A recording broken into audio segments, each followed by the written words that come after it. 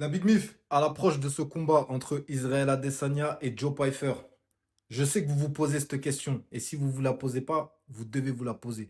Pourquoi Joe Pyfer, 14e chez les middleweight, affronte Israël Adesanya qui est dans le top 5? Alors que Joe Pyfer, depuis qu'il est à l'UFC, il n'a jamais eu une adversité aussi haute. On aurait pu lui donner un Brendan Allen ou un canonnier pour le faire monter step by step, mais non. Lui, on veut absolument qu'il soit dans le top 5. Vous savez très bien pourquoi. C'est un Américain. Pour les Américains, c'est le prospect idéal. Quand je dis les Américains, je parle de l'UFC. C'est le prospect idéal pour avoir un nouveau Quinry dans le top 5. L'UFC a un gros problème, c'est qu'il y a très peu d'Américains dans le haut du classement, peu importe la catégorie. Et ils sont malins parce qu'ils lui donnent une légende de l'UFC, mais une légende en déclin. Comme ça permet quoi? S'il bat Israël Adesanya, il aura dans son palmarès une victoire contre une légende. Ça va faire son nom. Et vous connaissez mon avis. Pour moi, Israël Adesanya va l'emporter. Mais Joe Pyfer peut gagner ce combat. Et je vais vous dire comment. Moi, je vois seulement trois axes où il peut le battre. Premièrement, on oublie le Fight IQ.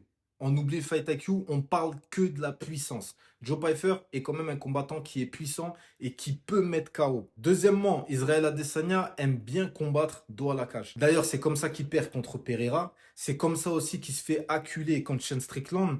Il aime bien combattre dos à la cage. Comparé à certains combattants qui essayent d'esquiver un maximum la cage, lui, il aime bien être dos à la cage pour pouvoir contrer. Mais face à un gros cogneur comme Joe Pyfer, ça peut être qui tout double. Troisième chose, le mental. Pas le mental de Joe Pyfer, le mental d'Adesanya. En fait, on ne connaît pas le mood d'Adesanya. On ne sait pas s'il a vraiment pu se libérer de ses différentes défaites et si dans sa tête ça va bien. Si ça va pas bien, il va douter, il va faire des erreurs et c'est seulement s'il fait des erreurs qu'il va prendre son KO. Franchement, si on enlève ces trois cas, je vois pas Joe Pyfer battre Israël Adesanya. En termes de cardio, Adesanya, il a un cardio monstre. Pyfer, on a vu que c'est un peu limité. En termes de chemin de victoire, Joe Pyfer, c'est pas un combattant qui construit ses victoires. C'est plutôt un combattant qui va chercher les KO et qui mise sur sa puissance. Et en termes d'expérience, j'ai même pas besoin de parler. Même si je veux qu'Adesanya l'emporte, pour moi, ça reste un combat très serré. Je dirais du 60-40.